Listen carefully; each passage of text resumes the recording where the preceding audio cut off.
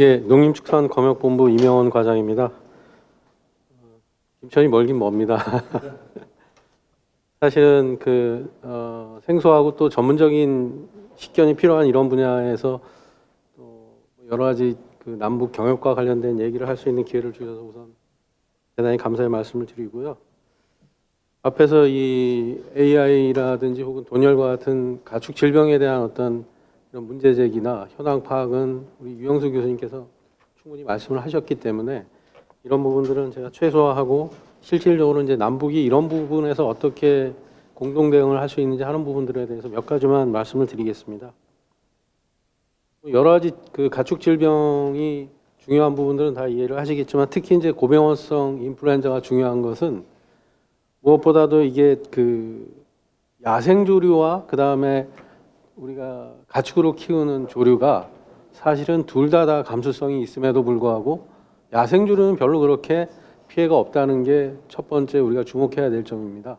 그러니까 항상 야생조류는 질병에 감염이 돼도 폐사하거나 죽음에 이르지 않기 때문에 질병을 전파할 수 있는 요인으로 작용하고, 그런 반면에 가금은 상당히 경제적인 피해가 많기 때문에 이런 부분에서 역학적으로 상당히 중요성을 갖고 있는 질병 중에 하나고요.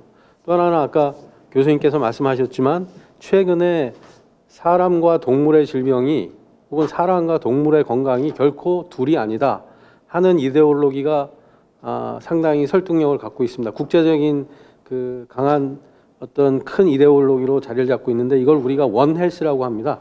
사람의 건강과 동물의 건강이 동일하다 하는 그런 이데올로기가 지배적으로 어떤 공중보건학적인 측면에서 중요한 이데올로기이기 때문에 이런 측면에서 보면 이 조류 인플루엔자가 결국 사람에게도 감염이 될 수 있기 때문에 인수공통 전염병이면서 실제로 중국에서는 이 조류 인플루엔자에 감염돼서 사망 사고도 상당히 많이 있었습니다.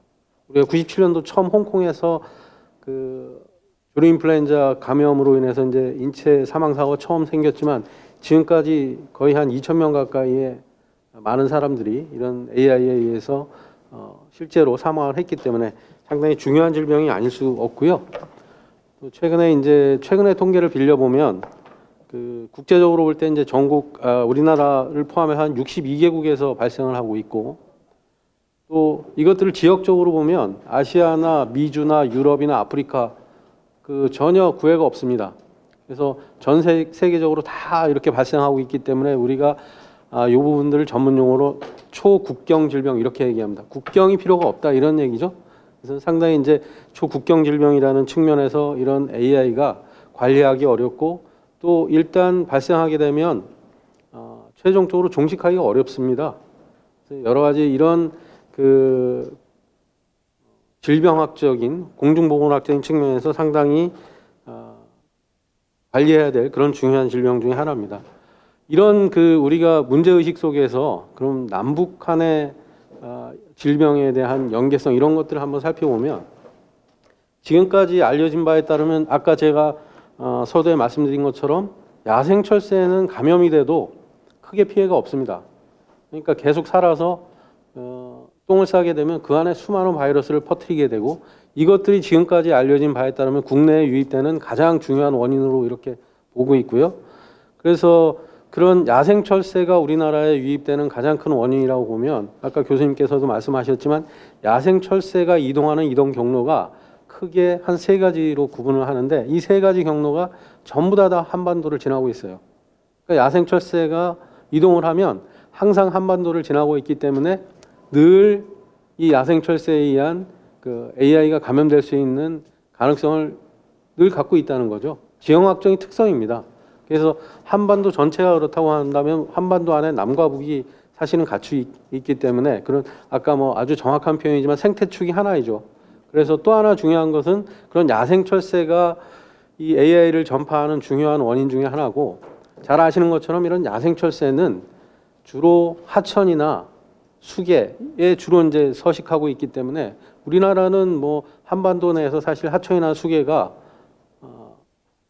공유한다고 볼 수 있습니다. 그래서 늘 이런 야생철새가 남과 북을 자유롭게 왔다 갔다 할 수 있는 그런 그 또 하나의 이제 가능성이 있고요.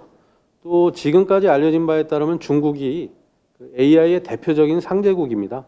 대표적인 상대국인데 이 중국과 그 북한의 경우에는 한국과 중국보다 훨씬 더 지리적으로 가깝기 때문에 이렇게 여러 가지 다양한 인적 물적 교류가 많아서 상당히 그 중국에서 북한을 통해서 우리나라로 올 수 있는 개연성이 상당히 많다 이렇게 보고 있는데 이런 부분들을 우리가 과학적인 사이언티픽한 에비던스를 잡지 못하는 이유가 북한에 대한 여러 가지 정보가 너무 은폐되어 있고 국제적으로 이렇게 공개를 하고 있지 않기 때문에 그런 부분들에 대해서 우리가 정확한 뭐 심정적으로는 그렇게 이해를 하고 있지만 어떤 과학적인 에비던스를 잘 갖기가 어렵습니다.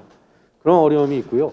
이런 부분들이 사실 그 심증적인 그 어떤 가능성뿐만 아니라 최근에 보면은 경기도 파주나 그 연천 그리고 철원, 인제 이런 그 북한과 접경이 있는 그런 지역에서 구제역이나 AI가 최근에 계속 발생을 하고 있어요.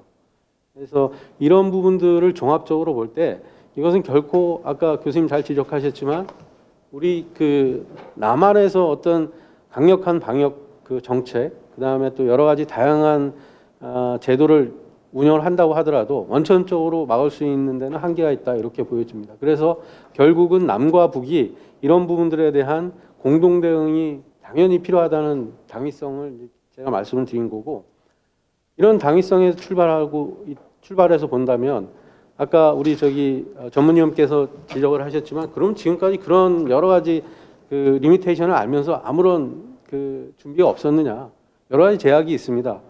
지금 이런 그 AI와 같은 중요한 병원체가 사실은 우리가 정말 남과 북이 기본적으로 공동대응을 해서 협력을 하지만 그런 분위기가 바뀌어졌을 때는 이런 AI나 여러 가지 병원체들이 결국은 바이오 테러리즘의 중요한 무기가 될 수가 있어요. 그러니까 이런 부분들에 대한 여러 가지 양면성이 있기 때문에 사실은 신중하고 또 양국 간의 신뢰관계가 우선적으로 담보가 되지 않으면 사실은 공동 사업을 하기가 어려운 부분들이 있다는 거죠. 그래서 저는 기본적으로 이제 뭐 개인적인 의견임을 전제로 해서 우선은 이런 어떤 남북 간의 공동 대응, 그 다음에 협력 체계가 어떤 성공적인 결과물을 얻기 위해서는 무엇보다도 첫 번째 신뢰관계가 필요하다. 이 신뢰관계를 갖기 위해서는 현실을 상호 이해할 수 있는 정보 공유가 제일 필요한 거죠. 자, 북한에서는 지금 AI가 최근에 얼만큼 발생했는지, 발생했다면 어떤 형태로 방역을 하고 있는지, 방역의 툴은 뭔지, 너네 나라에 북한에는 어느 정도 야생철새가 와서 똥을 싸고 있느냐 하는 부분들에 대한 정보가 전혀 없습니다. 그래서 이런 기본적인 여러 가지 다양한 형태의 우리가 이해할 수 있는 정보 공유가 첫 번째로 필요한 거고요. 그런 신뢰관계가 우리가 서로 이제 돈독해지고 이런 부분들에 대한 정보를 공유할 수 있다면 그 다음 단계로 이제 공동 사업을 할 수 있는 거죠. 쉽게 지금 첫 번째로 가장 근접할 수 있는 것들이 양국 간에 똑같이 아까 말씀드린 대로 야생철새가 서식하고 있고 얼만큼 서식하는지 분포 형태는 어떤지 또 야생철새에 요즘은 그 위치 추적기를 답니다. 위치 추적기를 달아서 이놈들이 어떻게 이동하는지 하는 부분들에 대한 그런 공동 사업들은 기본적인 신뢰관계가 이루어지면 바로 우리가 공동 사업을 할 수 있을 것 같습니다. 또 한 가지 중요한 것은 우리나라가 지리적인 특성상 남과 북 사이에 생물학적인 버퍼존이 세계적으로 유명한 DMZ이 있기 때문에 이 DMZ이 어떻게 보면은 지금 야생동물의 보고이긴 하지만 전혀 어떤 우리가 방역적인 측면에서 관리가 안 되기 때문에 상당히 많은 병원체가 거기에 집중될 수도 있겠죠. 그렇다고 한다면 남과 북이 DMZ에 대한 공동 방역을 한다든지 또 여러 가지 그 DMZ 내에 있는 질병들에 대한 예찰, 모니터링 이런 부분들은 우리가 낮은 단계에서 협력할 수 있는 기본적인 그런 협력 모델이 될 수 있을 거고요. 이런 부분들이 신뢰관계가 되고 또 이런 공동사업에서 어떤 성과를 얻게 된다면 궁극적으로는 그 저희가 갖고 있는 우수한 기술을 바탕으로 해서 진단 방법이라든지 혹은 또 예방약을 제공한다든지 소독약을 제공한다든지 이런 측면으로 이제 지원 사업으로 옮겨갈 수 있는 그런 어떤 단계별 협력 방안을 통해서 공동 대응하는 것이 바람직하지 않겠나 이런 생각을 해봅니다. 예, 이상입니다. 예.